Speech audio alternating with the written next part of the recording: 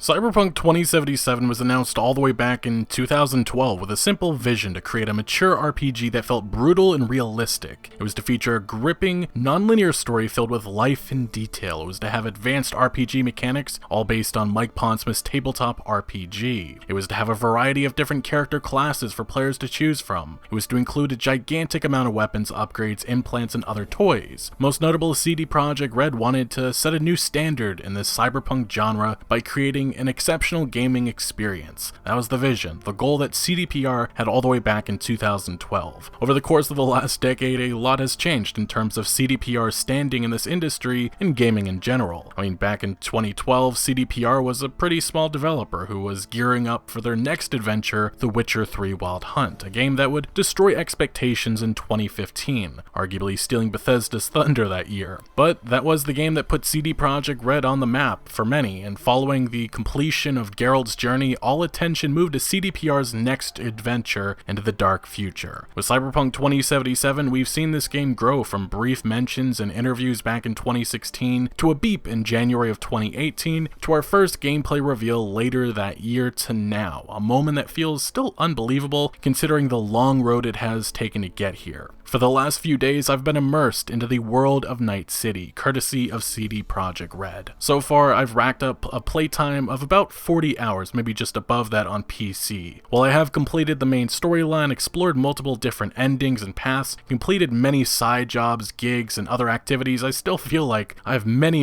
more hours of content to experience, and maybe even more playthroughs, so consider this a review in progress. I plan to have something more extensive put together in the coming weeks, but that will take time, although I don't think my overall opinion will change that much. Now, in the background of this video, there will be no captured gameplay of mine shown, or any main story spoilers discussed. These are just my impressions alongside many screenshots that I did capture. So after 8 or so years of waiting for this beast, I can say with certainty that Cyberpunk 2077 is a phenomenal experience, one of the best games in years. I primarily say that because of a few big reasons. The writing, characters, and world are top tier. Combat does start off a bit slow, but as you build your V, it becomes extremely satisfying. While CDPR in the past downplayed the shooter aspect of the game compared to the narrative, I found it honestly quite thrilling. Nothing compares to running right at a bunch of tiger claws, quickly switching from my mantis blades to my deadly precision rifle to take them out. The available customization, such as your attributes, skills, gear, mods, and even cyberware, allows for drastically different approaches to both exploration and clearing out a gang outpost. To say this open world is beautiful and full of life would be an understatement, at least on PC with high to ultra settings. Wherever I went, whether that be Watson, City Center, Kabuki, Japantown, or Pacifica, it was always jam-packed with NPCs walking about. Some standing, some sitting, some chatting, some eating, some getting beat up, some getting a drink from a vending machine. On the ground level of the various districts, you can get a sense of how people are doing with debris and garbage dominating the streets. Albeit this is the case throughout Night City, but the difference being the level of dirtiness and class between, say, Pacifica and North Oak is quite clear. Corpos may walk some of the filthy streets, but they have money and power, eventually going up to the top floors in their mega buildings to decide their latest schemes. That's something that Johnny Silverhand tells us I don't know how many times. Nothing at all compares to Night City. There's just so much detail and scenery that I found fascinating. The verticality is remarkable, unprecedented. This arguably is the most immersive open world that I have played. While the world may seem small, it's littered with so much content, and at times, especially in the beginning, it may seem overwhelming, but because of the amount of care that went into all of this, it almost feels like an addiction to want to take in all of it. You have Ripper Docs scattered about with different cyberware available. Street races and boxing matches await. Working girls and guys stand on Jig Street waiting for their next clients. Wanted gang members roam the dark alleys conducting various illegal activities. Rogue AI cabs need to be returned. Clients want items stolen and targets sabotaged. Taking part in this world opens new opportunities, as building street cred is as important as leveling up. So what that means is completing all of the above activities, and most importantly, doing work for fixers builds up V's street cred. As you explore Night City, entering into new regions, fixers will constantly message V asking them to take on new gigs or jobs that need to be done. These gigs usually pay out a decent amount of eddies, but they also in turn help V rank up their street cred level, which unlocks new unique items, vendors, and more. Fixers are the big players on the ground level of Night City, and while these gigs or jobs may sound simple, even here there's intrigue as you further understand understand the conflicts and problems facing this world. Now, fixers aren't just for gigs, as some play roles in the main storyline, while others, like Regina Jones, has us looking out for cyber psychos, which are sorta like boss fights scattered about. These encounters can be a bit challenging, but the rewards is always grand as you obtain unique weapons and or gear. Fixers also sell us our vehicles, which slowly over time, new offers will be sent. So to really get the full Cyberpunk 2077 experience, side activities are of importance. The best of the best gear and vehicles cost quite a bit of money, which somewhat forces players into taking in all of that content. Now,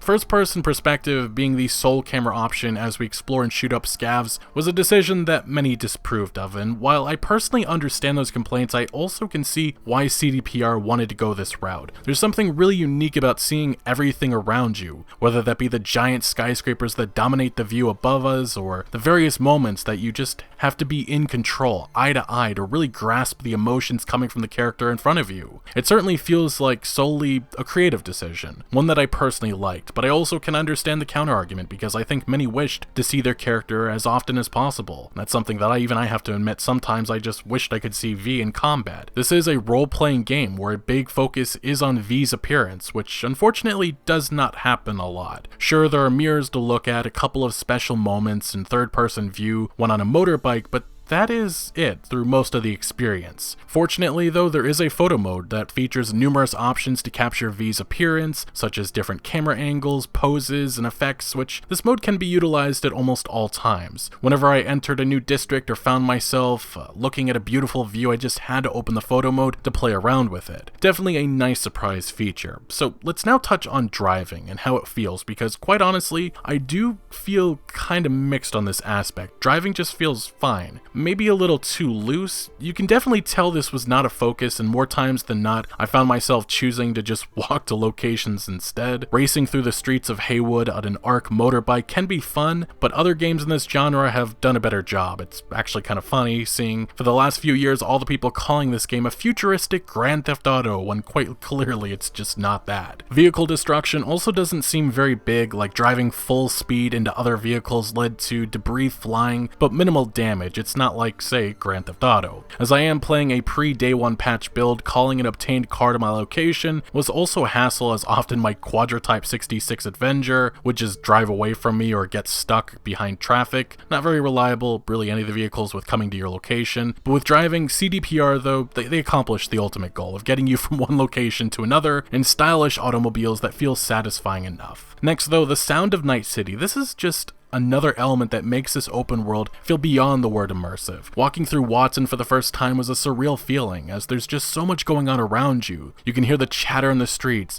marketing commercials playing, cars zooming by, paper gliding through the air, ships flying above you, music playing from radios, and other environmental sounds. That makes up Cyberpunk 2077. There is not an ambient track playing usually as you venture through the world, but when music does show up, typically it's when chaos finds V, whether that be taking on animal gang members in the Grand Imperial Mall, in which handcrafted combat-focused music is played to add further intensity to the encounter as you slice enemies in half with a katana, or in pivotal story scenes when you really just feel the tension and magnitude of the moment. But moving on to weaponry, there were many options to pick from. Simplifying it down to 5 categories, we have power weapons, which are your more traditional weapons, but there are certain mods that you can add to control your bullet's ricochet trajectory. Tech weapons use railgun technology, firing projectiles that are propelled with an electromagnetic charge. You can just charge up shots which will penetrate through cover and hit enemies. Smart weapons are equipped with a smart link, allowing you to lock onto targets and penetrate through cover. Melee weapons are your katanas and sledgehammers that can be used to either slice or smash enemies to death. Then we have cyberware with different options such as the monowire, mantis blades, gorilla hands, the hand cannon, and more. I personally have only barely scratched the surface of all the different types of weapons, but most importantly, they feel fun. Often I found myself switching from power weapons like the M25IS Ajax assault rifle and the NUE power pistol, to tech weapons like the Widowmaker precision rifle, to melee weapons like the Jinchu Maru katana. These were my go-to weapons, and they were extremely satisfying to use. Nothing beats being able to decapitate a Tiger Claws gang member with my epic katana, or pretty much do the same with a blast from my legendary handgun. Now in terms of customization with these weapons, there's a considerable amount of options, which stretches from attachments, which includes different scopes scopes, which improves aim down sight speed and range, to mods, which increase things like headshot and critical damage. In Cyberpunk 2077, you'll be doing a lot of looting, which is made worth it when choosing to craft or upgrade weapons. This is most important with iconic weapons, which include special effects that you might not wish to lose. The same upgrade and crafting system can be used with our clothing. Again, as you make your way through the game, just like with weapons, gear plays a huge role, not just for armor, but because some of the higher end items, such as legendary masks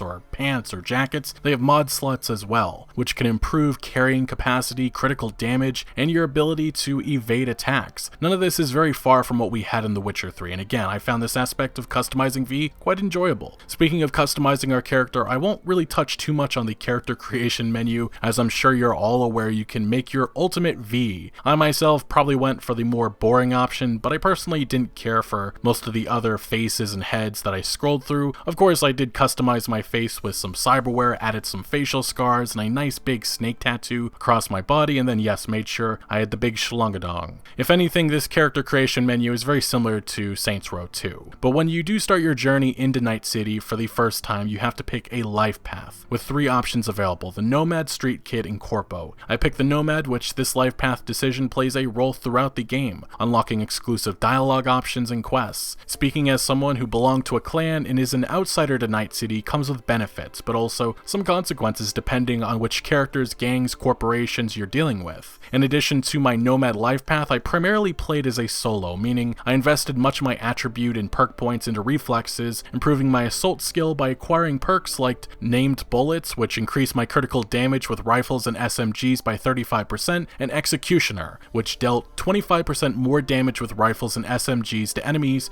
whose health was above 50%. The reflexes attribute was my top priority as I advanced through Cyberpunk 2077. As I continued to level up, it helped me improve my maneuverability and movement speed, as well as how I handled myself with rifles, handguns, and blades. Body and intelligence were also a big priority, as body deals with strength and athleticism, and intelligence deals with hacking, which is a huge feature. Early on in the game, you'll feel some of the damage hackers can have on you, as enemy netrunners will hack your system, using cameras to do so, and can significantly drop your health with their attack. Improving on the quick hack skill by acquiring the I Spy perk, which reveals enemy netrunner locations when they try hacking you, is key. Each attribute has at least a few perks that just kinda need to be acquired, and I did find the early hours a bit challenging, as so many different systems are thrown at you to learn. So all of these attributes and how many points we have invested in them matter, not just with gameplay like being able to hack a door or computer, but also with dialogue options. Now, carrying on with customization, cyberware is yet another feature that takes time building up. Some of the marketing material may have made it appear acquiring these are simple and easy, but really they are costly. Now, I've spoken before about my mantis blades and the other cyberware weapons, but we also have bioplastic blood vessels that improve health regeneration outside of combat, subdermal armor increases armor, ballistic coprocessor directly benefits power weapons, increasing the chance to ricochet shots, synaptic signal optimizer increases health by 20%, and then we have our operating system slot, which directly affects our hacking ability as we unlock different and better cyber deck chips. Our cyber deck decides the different types of hacks that we can conduct. Like with all gear, the better the rarity, the more advantages it carries. Like in this instance, new types of quick hacks. Some come installed on the chip, others can be added to the mod slot, such as cyberware malfunction, which disables enemies' cyberware abilities and can cause an implant to explode. The overheat quick hack burns the enemy, severely damaging them, and the ping quick hack reveals enemy and devices connected to the local network. This was key in finding access points, which are locations that allow us to jack in and hack. Doing so unlocks a minigame, which comes with a variety of rewards as long as we solve the puzzle in time. Of all the minigames in Cyberpunk 2077, this was the one that I found myself invested into the most, as it's not just eddies you get in return. You also get legendary and epic crafting components, which really can only be found by exploring and looting, and then obviously by dismantling weapons. Finally though, let's now arrive to a subject I wanted to touch on late in this video for a good reason, and that is the story-related stuff. Cyberpunk 2077's basic premise is that you play as V, a mercenary in the dystopian dark future of Night City, trying to build up his own name and reputation. V takes on the riskiest job of their life, going after a prototype implant that is the key to immortality. The consequences of this job are felt throughout the experience. While V is our protagonist, we also share time with Johnny Silverhand, the asshole rocker boy digital ghost that's in V's head. Throughout Cyberpunk 2077, we see this relationship evolve, although what way it evolves is dependent on choice. While marketing has really focused in on the action-packed side of the game, what I found most impressive was when things slowed down and you really explore your protagonist V or another character's emotions like Judy Alvarez. There's some really quiet and heartwarming moments which are earned by building relationships up. The added bonus are the phenomenal animations, which makes these characters feel authentic and real. Cyberpunk 2077 is easily a game you can cruise by in, say, probably 20 hours, but by doing so, you miss out on some of the most important aspects and moments of the game. This is a journey that really deserves you taking your time with it. Thankfully, there's many characters with great personality that we meet throughout, such as Goro Takamura, Rogue, Panam Palmer, Jackie Wells, Victor Vector, Judy Alvarez, River Ward, Wakako Okado, and many more. All of these characters are brought to life with great performances done by their respective actors. Even Keanu Reeves, I thought, did a solid job portraying Johnny Silverhand. Of course, because as this is an RPG, by completing side jobs and other activities, you will impact and unlock and change how the game comes together. I will say that there is a considerable amount of content that is labeled as side jobs, but I really view that label as misleading, as I feel the content is integral to understanding the complexities and choices that Cyberpunk 2077 offers players. Some of these quote-unquote side jobs feature storylines or arcs that made me really sit back and think about life, and also I guess death. There's beauty and horror in them. CDPR does not hold back with presenting players with difficult scenarios and themes, some of which I feel other developers in this AAA games industry would not dare touch. Of course, there is romance. This is a feature that CDPR has largely kept secret, and for good reason. I won't say too much about this aspect, as I feel it's something players should experience for themselves, but there is one female character that I met and completed numerous quests for and with. This character can directly impact how the game's main story progresses, and ultimately, there are other characters like this. The romances in Cyberpunk 2077 are not about screwing around or a stupid love icon popping up. That isn't here. I mean, well, there is love making, but that isn't the point. It's more organic. It's about actually going through crap and seeing individuals evolve together. It really is quite unique, because I don't think any recent video games have made me feel so invested and attached to a romanceable character before. Overall, CD Projekt Red did a phenomenal job once again with the writing of Cyberpunk 2077. The romance story arcs are just one example of that. Besides romances, some may be curious about the other hookups in Night City, and even here I have to say that there are some surprises, like quests that came out of nowhere, which advanced to a sex scene I did not expect. Then of course on Jig Jig Street and Kabuki, there are working guys and girls to have one night stands with, which are about 20 to 30 seconds long, first-person perspective scenes of action happening in multiple positions, which transition every few seconds with the typical screwing sound effects and music. Now, before we do wrap things up, just a few other notes that I had in my 40 hours. There's lots of schlong toys, like everywhere you go, big and small, and I mean everywhere. I've literally never seen so many ever in a game. Artificial intelligence seems to just be fine. Enemies don't have crazy animations or reactivity. Same goes for civilians and vehicles. More times than not, if you approach a civilian and get in their face, they'll just keep on walking. And if you see a car you want, shooting a bullet into the front of it will have them run away, and now the car is yours. Police in this game are a bit OP. Driving through a crowd of NPCs or shooting a bunch of them resulted in typically dozens of NCPD officers spawning close by. There is a wanted system of sorts like Grand Theft Auto, with 4 I believe being the top one, in which the special NCPD unit MaxTac takes you out, and typically pretty fast. Cyberpunk 2077 does offer 4 difficulties, with easy, normal, hard, and very hard. There is a decent amount of customization with the interface, accessibility options, and controls. Performance for this game was very stable on PC. I was utilizing my Intel i9 9900K processor and RTX 2070 Super, as I unfortunately could not obtain one of the new 30 series graphic cards, but I did not suffer any massive issues. Again, this was played on a pre-day 1 patch version, but most of the time I just suffered visual bugs with NPCs popping in and out, elevators not working, owned vehicles not coming to my location, or certain options like being able to skip time just didn't work. All the time though, a quick reload of a save would fix that. I did though though suffer one crash towards the end of the game's story, and another mission failed because a vehicle just would not explode. Those were really the only annoying issues that I ran into, and specifically with that mission failing, it took me back a considerable amount into the beginning of the mission. I wish there was kind of closer checkpoints, I guess that's the best way to put it. Also, as I continue to experience Cyberpunk 2077, I just now realize that there is one quest that is completely bugged out, in which I'm due a gift from a Ripper Dog, and it's just not working at all. So, a lot of bugs that definitely need some fixing. While minigames in Cyberpunk 2077 are pretty fun, there really isn't anything on the level of Gwent. Towards the end of the game's story, combat is essentially a cakewalk, although that isn't entirely the case in parts of the open world. Anyway, in conclusion, Cyberpunk 2077 does everything I was hopeful for.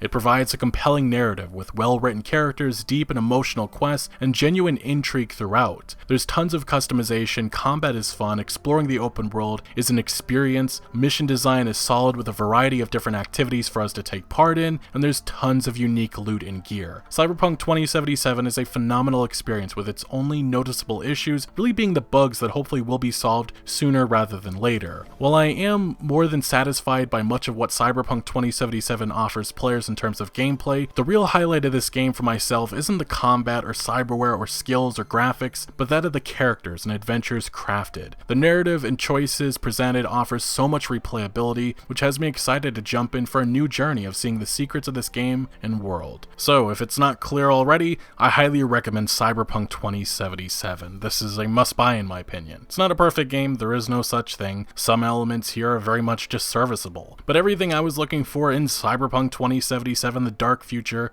is here. Anyway, Cyberpunk 2077 is set to launch in just days. What are your expectations and potential build plans? Let me know your thoughts down in the comment section below, but thank you for watching. Make sure to leave a like if you did enjoy this video, or if you found any informative value, and make sure to follow my other social media accounts for updates on new videos. Links are always down in the description below. I'm most active on Twitter, giving opinions on news that I do not always get into video form, so do make sure to follow me over there. Also check out my Discord for all sorts of discussion on games, and again, thank you for joining. Consider subscribing for more videos like this, and I'll see you later.